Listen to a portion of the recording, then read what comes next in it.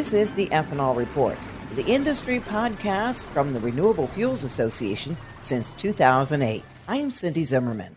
The entire ethanol industry was pleased to see the emergency waiver issued by the Environmental Protection Agency this past week to allow uninterrupted nationwide sales of E15 through the summer. I talked with the Renewable Fuels Association Senior Vice President for Government and Public Affairs, Troy Bradenkamp, to get their reaction. Yeah, we had very welcome news from the EPA. They have issued the emergency waiver for E15 for this coming summer driving season.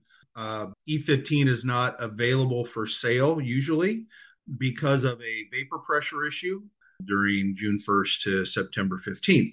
The last 5 or 6 years, we have been able to maintain some year-round sale of E15, mostly through emergency waivers. And the Biden administration looked at the criteria that needed to be met and realized that there are issues going on all over the world. The geopolitical unrest continues in Europe. There's obviously situations that are developing in the Middle East, and all of that could lead to a supply issue over this summer. And so they felt that they needed to get a little bit ahead of that, and they issued emergency waivers that would allow for summertime sale of E15 for this summer driving season. So very good news, not only for consumers because they're going to have access to the lowest cost fuel at the pump, but it's also a good news story because E15 is cleaner burning and all those other things. And it won't disrupt the supply chain by actually having those E15 blends not available this summer. So very much welcome news. Of course, the ultimate goal here, though, is to find a permanent solution to this. While we certainly appreciate the Biden administration's issuance of the summertime waiver, we are certainly seeking some sort of permanent legislative solution that will help resolve this issue long-term for E15 so that we don't have to keep begging and pleading to make sure that E15 does not disappear during the summer. Well, a couple of months ago, we were hoping this might not even be necessary if EPA would approve the petition by 8 states to allow year-round sales of E15. But since that's been delayed until next year, the ethanol industry has been pushing EPA to once again grant these waivers to maintain consistency in the fuel supply for retailers and consumers and the ethanol industry, right? So you are correct. The 8 Midwest states that petitioned the EPA to opt out of the RVP program were granted that, but it was delayed until 2025. And so those 8 states were certainly in need of some kind of an emergency waiver to get through this summer driving season. But also the other 42 states, would not have had access to E15 if there was any being sold within those states. And some of those, you start looking outside of that 8-state area, there's some significant E15 sales going on. And so ironically, we would have probably needed an emergency waiver for the other 42 states, even if those 8 Midwest states had been given this RVP opt-out and had it been effective this summer driving season. So there's just a lot of balls in the air. Again, this all points to the need for permanent legislative resolution to this issue.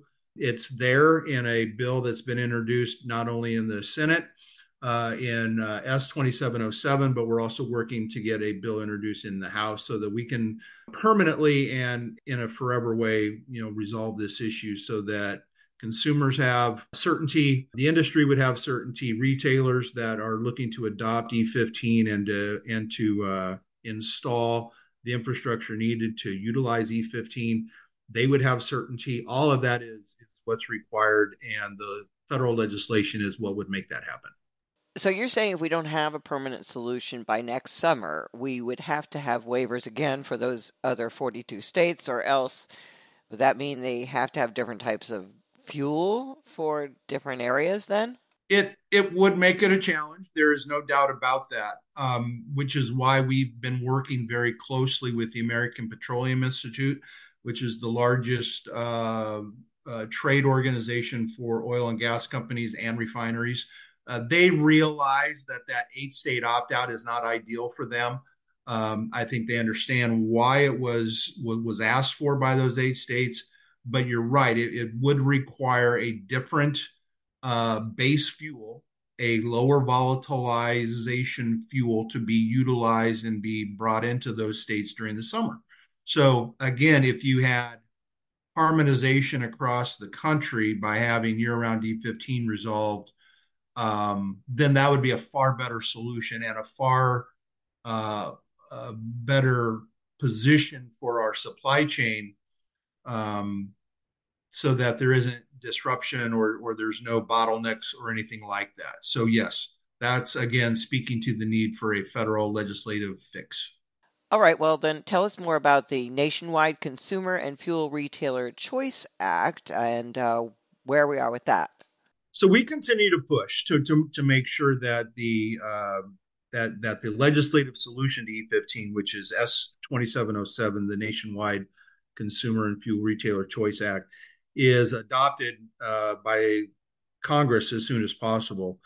We have run into a little bit of a roadblock in Senator Carper of Delaware. He is chairman of the Senate Environment and Public Works Committee.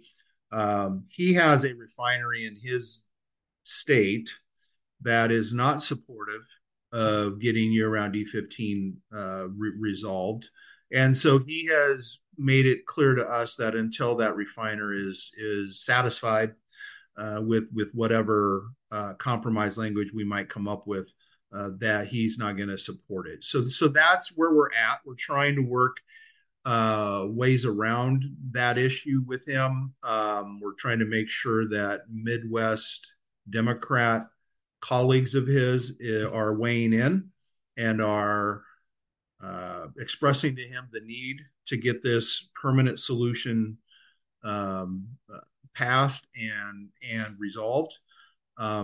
So that's ongoing. We're hopeful that something will break loose here. It may actually be an end of the year strategy. And now that we have an emergency waiver process in place for this summer driving season, that takes a little bit of the urgency and the pressure off, at least to get it done immediately. But it doesn't resolve the issue long term. So that's why we would be still looking to get something done and to make sure 2707 gets over the finish line. We're also talking to supporters on the House side because, as you know, you need a companion bill over there. And so we're working to try and figure out what that looks like and make sure that we're coordinating with them and they're coordinating with the Senate so that when and if we can get some kind of a final compromise agreed to by all parties, then it's ready to go and it could be acted upon and passed in a relatively short manner. But in order to get there, you have to do a lot of background information. You got to do some pre-work in order to make that happen. That's the phase that we're in right now. And isn't Senator Carper retiring at the end of the year? Senator Carper is retiring, which is another reason why we were under kind of the false impression that he might actually be willing to compromise more than he has at least indicated so far. He is still pretty dug in for his constituent, and unfortunately, that has not waned a lot, even with his pending retirement. So we'll wait and see. I think that's another reason why a lot of folks are pointing toward maybe an end of year strategy, potentially even going past the election date. So think lame duck. So maybe even a lame duck strategy that might be employed here, because at that point, there's a lot of folks that think, well, Senator Carper really doesn't have a whole lot left on the docket before he retires. Maybe this is one of those issues that he would like to have resolved on his watch. So we'll have to wait and see, but that's kind of the scenario that we're following right now. Well, on the House side, we did see Representative Nunn from Iowa this past week introduce a bill that I assume is going nowhere at this point, since it was to only allow sales of E15 in those 8 states this summer, since they're going to have them next summer. But as far as the longer term is concerned, are you looking at some of the lawmakers who signed on to that bill as possibly helping out with this effort? Oh, absolutely. And we appreciate Representative Nunn and those that supported that effort simply because we understand where they're at. They want a permanent solution to this issue as well. They're raising awareness, but at the end of the day, it did only impact those 8 states, or it would only impact those 8 states if it was to be approved, and it's got a very small likelihood of ever getting final passage. But it does speak to the need to get a nationwide permanent solution. And everyone that signed on to that package is supportive of a permanent solution as well. So we appreciate the effort. The real focus here has to remain on a 50 state strategy, which is a federal legislative fix that works in every state and allows for E15 to be sold year round. What is the opposition? Who's opposed to this? So there is a handful of small to medium-sized merchant refiners led by PBF Energy out of Delaware. PBF Energy is a company that has a long track record in not complying with the renewable fuel standard simply by blending the product that it requires. They have chosen a different path. They have never invested in blending infrastructure to bring ethanol into their refinery system, mostly on the East Coast. But instead, they've always depended upon, the option of not blending is to go buy credits, the renewable energy or the renewable identification number credits, the RINs, on the open market in order to meet that obligation. That's what they've done for the last 15 years. And they have complained boisterously about how much those RINs are impacting their bottom line. It is a bit ironic, though, that if you were to look at the PBF Energy corporate profits over the last decade or so, and it's a publicly traded company, so that information is available. You overlay that with the price of RINs in a given year. It is ironic that the company complaining about RINs eating into their bottom line has some of its best profit margins on an annual basis in years where there was high RIN prices.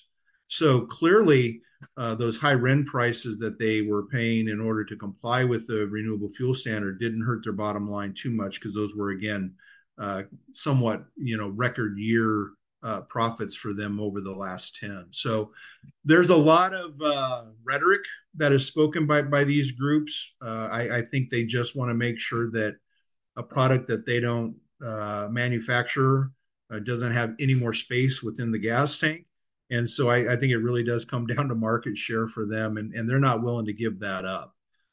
So they're the leaders of that very small band. But I would also mention, the opposite side of that is we have roughly 95% of the value chain involved in a push to find a permanent solution to year-round E15. That includes the farmer groups. That includes us ethanol producers. It also includes American Petroleum Institute and many of their member companies like Phillips 66 and Marathon. And then the retailers. We have the retailers on board with a permanent solution to E15. So that's groups like the National Association of Truck Stop Owners and the National Association of Convenience Stores. The largest fuel retail groups in the nation are all in support. So when we walk into an office and say we need to find a solution and we're all going in together, that really is making a statement to a lot of these offices. And that's why we're still hopeful to be able to get something done on that by the end of the year. So what should ethanol supporters do? Well, I think ethanol supporters should continue to raise awareness of this issue. We are, even though nothing seems to be moving right now, we want to make sure that everyone in Congress, so their members of Congress need to hear from them, and they need to be aware that while we have a reprieve at least for this summer, the permanent resolution to this has not been passed yet, and that's where the focus now needs to turn. Is that we do not want to keep coming back year after year and and begging for a emergency waiver. We want this issue resolved long term, and so that's what I would encourage ethanol supporters to do. Contact their members of Congress, both in the House and in the Senate.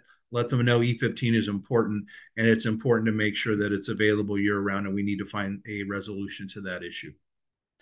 I also talked with RFA Chief Economist Scott Richmond about the E15 waiver. First of all, what the EPA considered when making the decision. So that they basically have to consider the level of tightness in gasoline and fuel markets and whether there are rather extraordinary circumstances.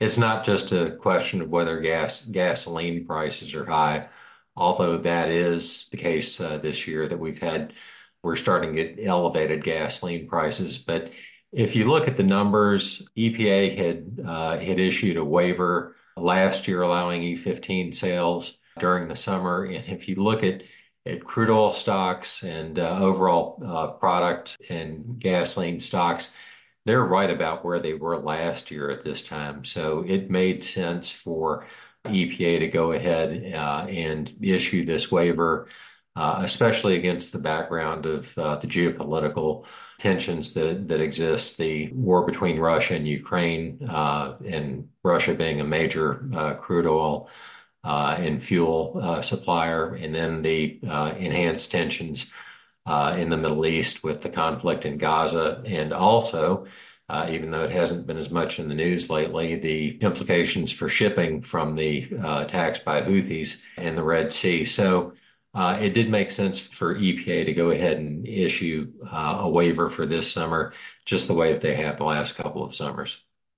Well, since the last year that summer sales of E15 were restricted, which was 2018, we've seen tremendous growth in the sales, availability, and demand for E15. And I know you just recently did a blog post about, we set another record last year. Talk a little bit about how the summer availability and the consistent supply of E15 has helped to solidify its use. Yeah, well, we've seen two dynamics. First of all, there is an increasing number of stations that are offering E15. We've basically a little bit more than doubled since 2018 the number of stations. It's right now a little bit over 3,000 stations in the U.S. that are offering it, and that's going to continue to expand significantly because under the Inflation Reduction Act, USDA has been providing cost share funding under what's known as the HBIP program for stations to put in the infrastructure to offer E15. But perhaps more importantly, what we've seen since 2018, which was the last summer where in conventional gasoline areas, stations would basically largely have to stop offering E15 during the summer. Now that there's been either an EPA rule or subsequently EPA waivers allowing year-round sales of E15 conventional gasoline areas, what we've seen is really dramatic expansion in the E15 sales per station. They don't have to put a cover over the pumps during the summertime, and there's more of an emphasis on E15 sales and a regular flow to that. So we've seen a really good uptick over the last several years since E15 has been allowed year-round in the volumes per station. The last few years, the economics of E15 have really been compelling, and so consumers and retail stations have responded to that. Explain how this waiver works. I don't know that people really understand that this is really actually a series of waivers. It has to do with the reed vapor pressure. But we talk about it like everybody knows what we're talking about, but it's really kind of a technical issue, more or less, right? It's a highly technical issue. So there's two types of gasoline markets in the United States. There's reformulated gasoline markets and conventional gasoline markets. Conventional gasoline markets are about two-thirds of the volume in the United States, and those are the ones where there's this issue of whether it can be sold year-round. That's not a problem for reformulated gasoline markets. And so you have this old regulation from when ethanol was really blended at up to a 10% rate, which is now the ubiquitous blend in the United States, where there's a vapor pressure waiver for 10% ethanol blends. Because that was implemented decades ago, nobody really thought about E15 at the time and how this was written and it might cause an issue down the road. And so you have this situation where in conventional gasoline areas, if you don't have this waiver, or hopefully what we'll get is a legislative fix, you have differential volatility requirements for E10 and E15. And it makes it so that the blend stock for E15 has to be a specialized blend stock. And it really throws a huge obstacle in the way of having E15. So if you have this waiver, you put the volatility of E10 and E15 on the same footing, and it takes care of the problem. There's not an issue with what blend stock you're using for E15 versus E10. It's the same. So it really just smooths things out. And I might mention that in terms of volatility and air quality, E15 is actually, not much different, but slightly better than the E10 on those parameters. So really, from a common sense standpoint, it makes sense to extend the waiver to E15. And while we're explaining things, why don't you explain the ruling that EPA made earlier this year for 8 Midwestern states to allow the sale of E15 year-round starting in 2025. I'm sure a lot of people don't quite understand that. So explain a little bit more about that ruling. Right. So there are 8 Midwest states that what they decided was, okay, if E15 and E10 in conventional gasoline areas are not going to be afforded the same volatility requirements, what we'll do is just forego the volatility waiver that's given to E10, and that will put E10 and E15 back on the same footing in terms of what type of gasoline blend stock you have to use to blend in with ethanol. So these states actually submitted their petition in 2022, and EPA was required to act within 90 days. They didn't around the time of the National Ethanol Conference going back a little bit over a year ago. EPA came out with its proposal for what to do about this. And then basically the administration unfortunately sat on it for about a year. And we finally got a final rule where EPA said, okay, these 8 states are allowed to go ahead and forego this volatility waiver for E10. However, what they did at the same time is they said, look, the fuel supply chain might need a little time to prepare for this, so we'll put this off until 2025. So the states that applied in 2022, the proposal was in February, March of 2023. And now you finally get this pushed off until 2025. What it will do is it will put E10 and E15 on the same footing in those 8 states, not this summer, but next summer. And so this is part of the reason why we needed an emergency waiver that's now being granted for this summer, not just in those 8 states, but in conventional gasoline areas nationally. But the good news is it will put E10 and E15 on the same footing, allow E15 to be sold year round in those 8 states. The bad news is that it's only 8 states and it won't be until next summer. But at least it's a very good start. Well, obviously, the ethanol industry is pleased with this move, but what are the benefits of E15 environmentally and for consumers as well? I would say, first of all, the first thing that should be said is that for model year 2001 and newer vehicles, E15 is approved. So basically, just about all the vehicles that are on the road today, more than 95% E15 can be used. So it's really a question of, where is it offered and what do consumers decide to do? Do they buy E15? The first benefit that consumers will notice is that E15 tends to be priced at a pretty good discount to regular unleaded gasoline. Going back 12 to 18 months, that was often 25 cents a gallon or so. That was at the time that we were having record gasoline prices. It was in the aftermath of the Russian invasion. Over the last 12 months or so, we've settled into where, give or take, E15 is at a 15, maybe 20 cent per gallon discount for consumers on average at the pump. Right now, on a wholesale basis, ethanol is just over $1 per gallon discount to gasoline blend stock. So we would expect in the coming months that sort of price discounting at retail to continue. And so having that sort of discount at the pump is very noticeable.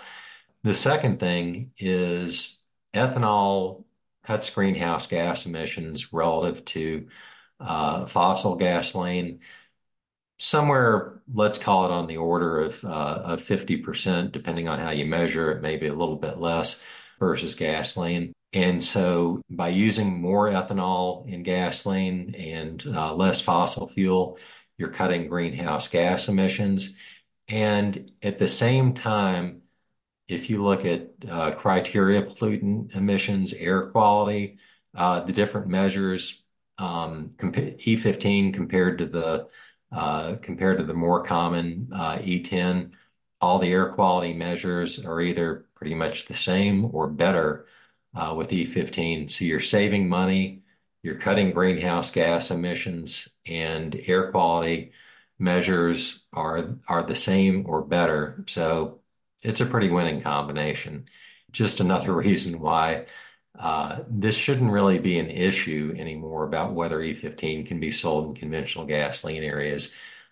It should be allowed, it should be recognized what these benefits are, and the regulations should be brought up to speed for today instead of a few decades ago, allowing it to be sold year round without having to have these waivers.